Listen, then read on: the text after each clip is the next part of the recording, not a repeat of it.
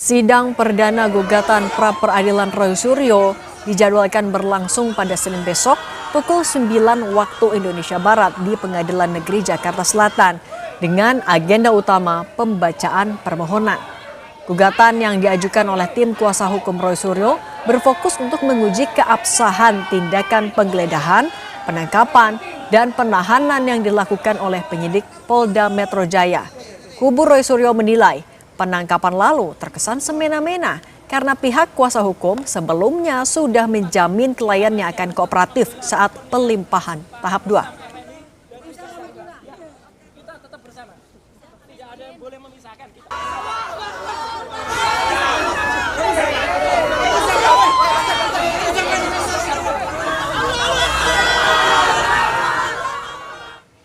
Apakah langkah Roy Suryo mengajukan pra-peradilan di menit-menit terakhir ini sebenarnya hanya taktik untuk mengulur waktu karena takut menghadapi pembuktian di sidang pokok perkara atau justru bentuk perlawanan terhadap kesemena-menaan saat penangkapan dilakukan?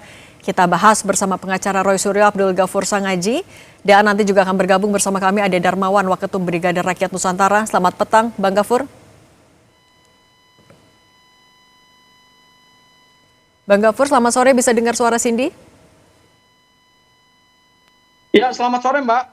Bang Ghafur, besok nih sidang pra-peradilan perdana jam 9 pagi, persiapannya udah apa aja? Ya, tentu kami sudah persiapkan untuk mengajukan pra-peradilan ya Mbak ya. Dan besok itu agendanya adalah sidang perdana ya Mbak. Sidang perdana kami sebenarnya berharap supaya besok ini supaya persidangan kita bisa cepat, maka kami berharap Polda Metro Jaya harus juga datang untuk memberikan jawaban terhadap permohonan kami. Karena kalau Polda Metro Jaya tidak hadir ya tentu akan memperlambat lagi proses pra-peradilan gitu Mbak. Dan sampai sekarang masih belum dengar juga konfirmasi kehadiran Polda? Belum, kami belum mendapatkan konfirmasi dari pihak Polda Metro Jaya apakah besok mereka hadir atau tidak. Tetapi yang pasti adalah besok sidang pra-peradilan adalah sidang perdana di mana kami akan menyampaikan apa yang menjadi dasar daripada permohonan besok di hadapan hakim tunggal ya, karena pra-peradilan kan tidak menggunakan majelis hakim, hanya satu hakim tunggal Mbak, dan itu akan dilakukan di Pengadilan Negeri Jakarta Selatan. Mbak Cynthia. Dengan Cindy Bang Ghafur, sorry. Tapi Mbak Cindy, oke. Kenapa kan biasanya Bang Roy Suryo kan dengan Dr. Tifa kan selalu berjalan bersama-sama, tapi kenapa ketika soal pra-peradilan yang satu memutuskan untuk ditarik gugatannya, yang satu kok jalan terus, kok nggak kompak nih? Iya, memang tidak harus kompak itu jalan bersama ya, karena juga dakwaannya kan juga pasti berbeda Mbak. Peristiwa pidana yang diduga adalah kejahatan itu kan juga berbeda, sehingga kami dari tim kuasa hukum tentu memikirkan untuk mengambil langkah dan cara hukum yang tentu akan berbeda. Ada hal yang mendesak bagi kami, yaitu kenapa kami mengajukan pra-peradilan ini, karena kami melihat bahwa penangkapan dan penahanan kemarin yang diglorifikasikan oleh para pendukung Pak Jokowi, termasuk juga seluruh relawan Pak Jokowi, itu kami melihat bahwa banyak sekali pelanggaran-pelanggaran hukum, sehingga ini yang perlu diluruskan gitu. Dan satu lagi terkait dengan objek pra-peradilan itu tidak hanya berhubungan atau terbatas pada penangkapan, penahanan, penggeledahan, tetapi ada satu objek pra-peradilan yang kami juga akan uji besok ya sebagai bagian dari upaya paksa, yaitu status pencekalan Mas Roy yang harus dicabut oleh pengadilan. Jadi itu sangat urgen, sangat penting bagi kami sebelum kita masuk kepada persidangan pokok perkara. Tapi kalau ada kesan juga kemudian pra-peradilannya baru diajukan last minute, kemudian kan ya wajar ketika ada juga pertanyaan jangan-jangan ini taktik mengulur waktu. Ada tanggapan gimana? Kami tidak mengulur waktu ya Mbak, karena pra-peradilan itu berdasarkan ketentuan KUHP itu satu lembaga pra-peradilan yang ketentuan dari sisi waktu juga cepat ya. Jadi tidak ada kami mengulur-ngulur waktu gitu Mbak. Jadi itu saya kira satu persepsi yang salah. Memang berdasarkan pasal 163 KUHP yang baru terhadap permohonan pra-peradilan, karena ini adalah ketentuan hukum acara pidana yang baru, bahwa pokok perkara itu memang harus ditunda dulu sementara waktu gitu. Jadi kami dianggap mengulur waktu itu bukan menghindari persidangan, tidak, tetapi memang karena berdasarkan pasal 163 KUHP yang baru, ketika tersangka yang nantinya akan menjadi terdakwa itu mengajukan permohonan pra-peradilan, maka terhadap pokok perkara yang nantinya disidangkan oleh jaksa penuntut umum itu harus ditunda untuk sementara waktu. Dan penundaan ini kan sifatnya hanya sementara waktu gitu. Kita nggak tahu apakah 1 minggu ataukah 2 minggu. Tergantung dari kecepatan Polda Metro Jaya segera memberikan jawaban atau kemudian juga nantinya hadir dalam persidangan. Kalau belum hadir, nah ini yang kemudian akan memperlambat proses pra peradilan gitu. Jadi kami juga ingin cepat gitu ya Mbak, karena berdasarkan ketentuan hukum acara pidana kan cuma 7 hari batas waktunya gitu ya, sejak sidang pra peradilan gitu. Tapi kalau misalnya mereka nggak hadir, nah itu tentu yang akan memperlambat proses pra peradilan. Jadi kalau dianggap ini mengulur waktu ya tidak tepat lah mengulur waktu. Orang Berarti juga ketentuan waktu untuk digelar pra peradilan itu juga sangat limitatif gitu ya. Dan yang terjadi kan adalah hanya penundaan sementara waktu gitu. Berarti juga Pasti. sebenarnya dari kubu Bung Roy Suryo pengen cepat-cepat sidang juga, buru-buru pengen pembuktian juga sebenarnya. Oh, kami tentu akan mengikuti semua ketentuan hukum acara pidana ya.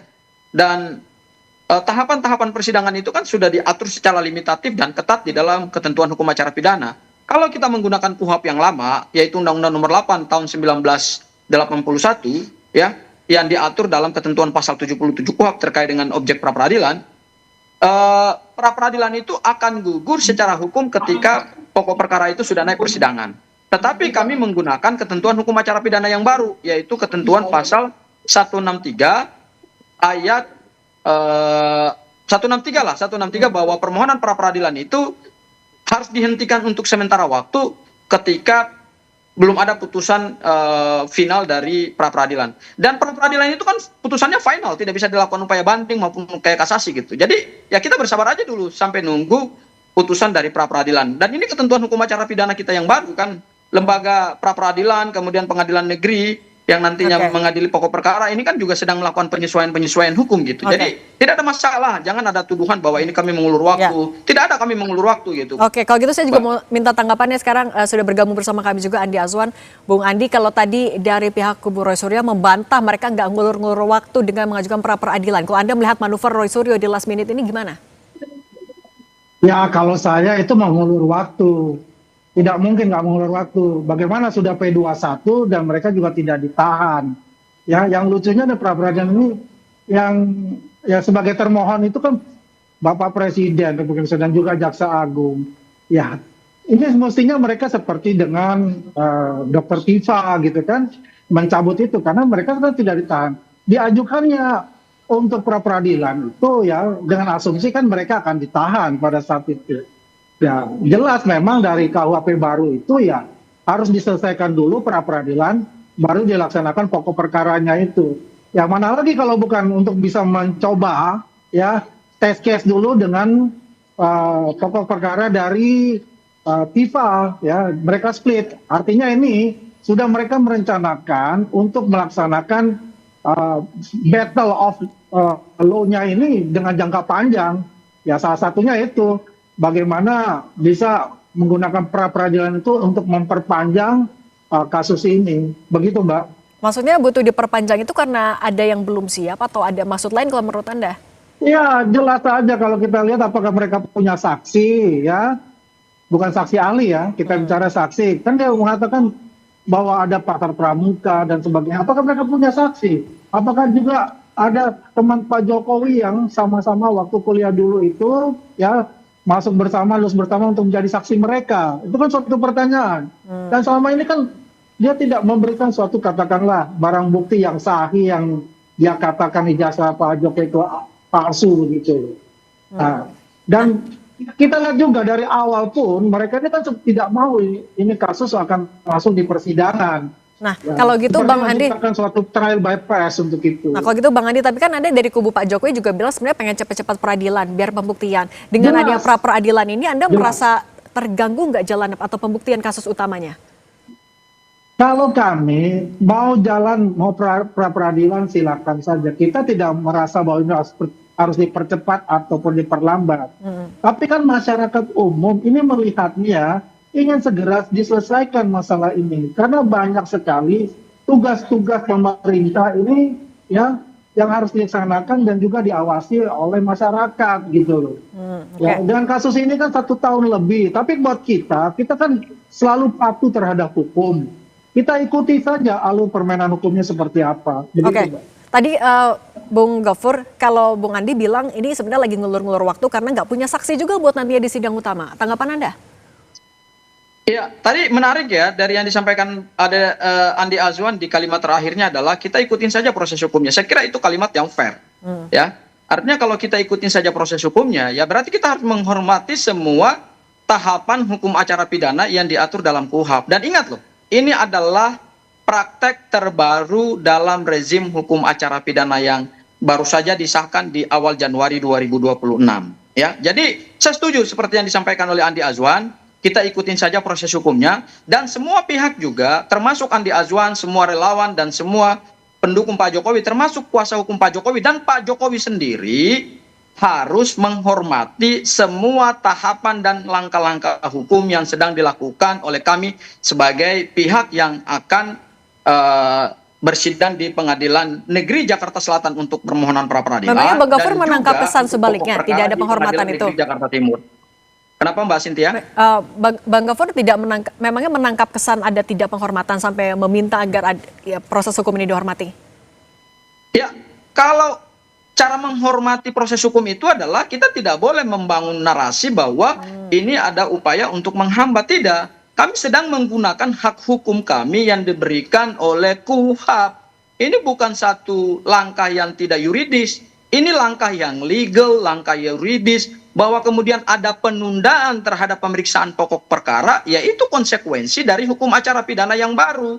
Bahwa terhadap permohonan pra peradilan yang diajukan oleh tersangka dan kuasa hukumnya, maka pemeriksaan terhadap pokok perkara itu harus ditunda dulu sampai kemudian ada putusan final dari Pengadilan Negeri Jakarta Selatan yang akan mengadili permohonan pra peradilan. Dan ingat, di dalam ketentuan hukum acara pidana kita yang baru, kan tidak ada upaya banding dan upaya kasasi. Ya kita hormati saja. Toh pada akhirnya juga kita akan masuk di dalam proses persidangan. Tetapi hormati keputusan kami bahwa kami memilih untuk mengambil langkah pra peradilan. Terkait dengan Bu Tifa tidak mengambil langkah pra peradilan, ya masing-masing kuasa hukum dan prinsipal tentu mempunyai pengkajian hukum yang berbeda. Kami merasa ini mendesak. Ini sangat urgent buat kami. Oke, kalau gitu saya juga minta tanggapan dari Bung Andi. Bung Andi katanya membangun narasi bahwa ini adalah mengulur-ngulur waktu adalah bentuk tidak menghormati juga. Tanggapan Anda gimana? Sebenarnya menghormati atau enggak?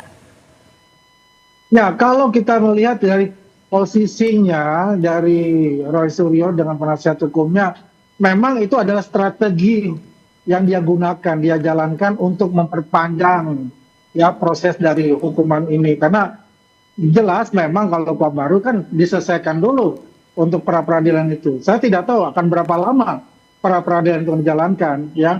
Dari sisi kita lihat dari pandangan masyarakat ya, pasti ini mengatakan, loh kenapa harus dilakukan pra peradilan? Sedangkan itu sudah P21 ya dan mereka tidak ditahan. Apalagi sebagai status termohonnya itu adalah presiden, kemudian jaksa agung. Ya ini kan satu hal yang lucu di lain pihak. Andi Azwan sebentar, Andi Azwan sudah membaca permohonan pra peradilan kami. Siapa yang termohon dan siapa yang turut termohon? Udah baca belum? Jangan asal komentar. Biar saya selesai dulu. Ya. Enggak, saya harus koreksi Anda karena Anda ngawur dari tadi. Udah baca belum siapa yang menjadi termohon dalam pra peradilan ini? Anda jangan menyesatkan publik, jangan menggiring opini, tapi Anda sendiri tidak membaca permohonan pra peradilannya gitu. Siapa yang bikin Anda termohon? Hah? Kan kita lihat sebelumnya itu. Coba saya tanya kepada saudara Andi Azwan, jawab dulu pertanyaan saya. Saudara mengatakan bahwa termohon ini adalah Presiden Republik Indonesia. Ya, kemudian jaksa agung. Saudara tahu dari mana? Saudara udah baca belum permohonan pra peradilan kami? Inilah kalau orang bukan pihak yang punya kepentingan hukum, akhirnya ngomongnya suka ngaco. Ya, udahlah kita ketawain aja lah Andi Azwan gitu. Oke. Ya saya ketawa Andi Azwan aja lah. Ya, baik. Ngomongnya suka ngaco. Baik kalau gitu. Tidak mendidik publik tapi banyak menyesatkan publik gitu. Bung Gofur, saya sih ketawa aja Mbak. Anda tuh sangat menyesatkan publik. Anda yang selalu menyesatkan publik. Saya yang memohon. Bung Gofur, Bang Andi. Saya yang punya dokumen. Ini kan Bung Gofur, Bang Andi, kita lanjutin besok aja kalau gitu di pra peradilan di PN Jakarta Selatan ya. Kita lihat juga kebenarannya gimana. Bung Andi dan Bung Gofur, terima kasih sudah berbagi di Kompas Petang. Saya selalu.